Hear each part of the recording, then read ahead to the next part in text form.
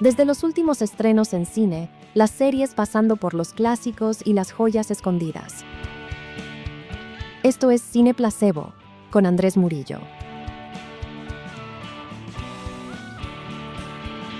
De un director que la gente aprecia mucho, la crítica siempre tiende a estar a favor de sus películas y ya con muy buen título, La Grazia, La Gracia, de Paolo Sorrentino, este director italiano que en esta ocasión nos lleva por un hombre que es presidente, que dentro de su cargo tiene unas funciones que, digamos, son apreciadas, apetecibles, que desde la lejanía se ven como algo superior. Poder dar el perdón a unas personas, poder condonar algunas condenas y la potestad de poder firmar a favor o no unas leyes. Y alrededor de esos elementos es que gira la trama principal. Un hombre que ya está en su último momento de periodo, un hombre avanzado de edad que tiene que enfrentarse a estas cuestiones y sin embargo lo que logra Sorrentino en la película es no necesariamente hablar de la política, sino de la madurez, de la muerte, de la soledad, de un hombre maduro en su etapa final de la vida,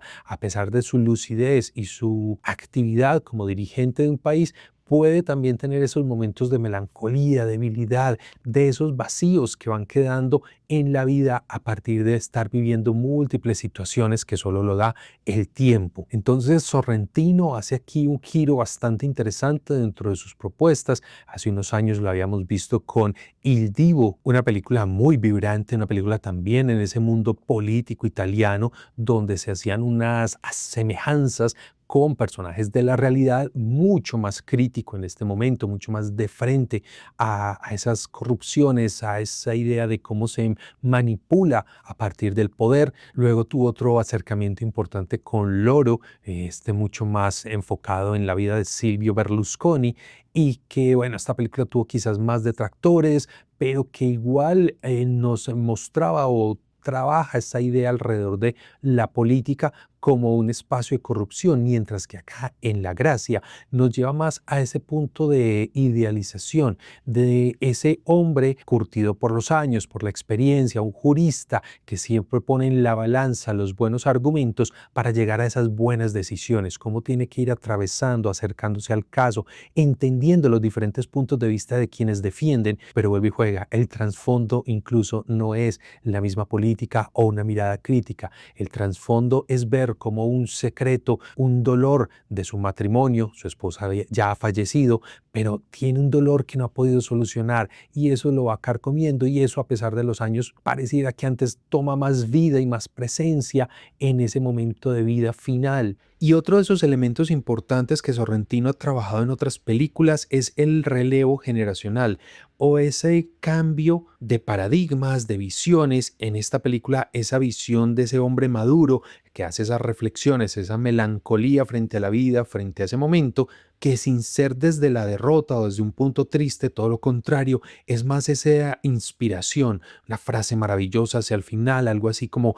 inicialmente los hijos siguen a los padres, pero luego son los padres siguiendo a los hijos, y se transforma o se da una profundidad a todo lo que nos está planteando el personaje. Y claro, con los elementos propios de este director, de Paolo Sorrentino, una música muy bien aplicada, generando yuxtaposiciones muy fuertes frente a imagen, contexto y pieza musical, siempre en momentos, aunque está más contenido que en otras películas, logra generar ese remesón, ese buen impacto de la historia, y que su puesta en fotografía, en esa narrativa visual, nos muestra esos interiores fríos, un poco la soledad que vive este personaje, interpretado por Tony Servillo, un actor con el cual él ya ha trabajado en otras películas y que aquí en su madurez pues logra impregnarle ese toque de bonachón, de esa buena vibra de un hombre que está siendo muy consciente de su momento, de su entorno, de todo lo que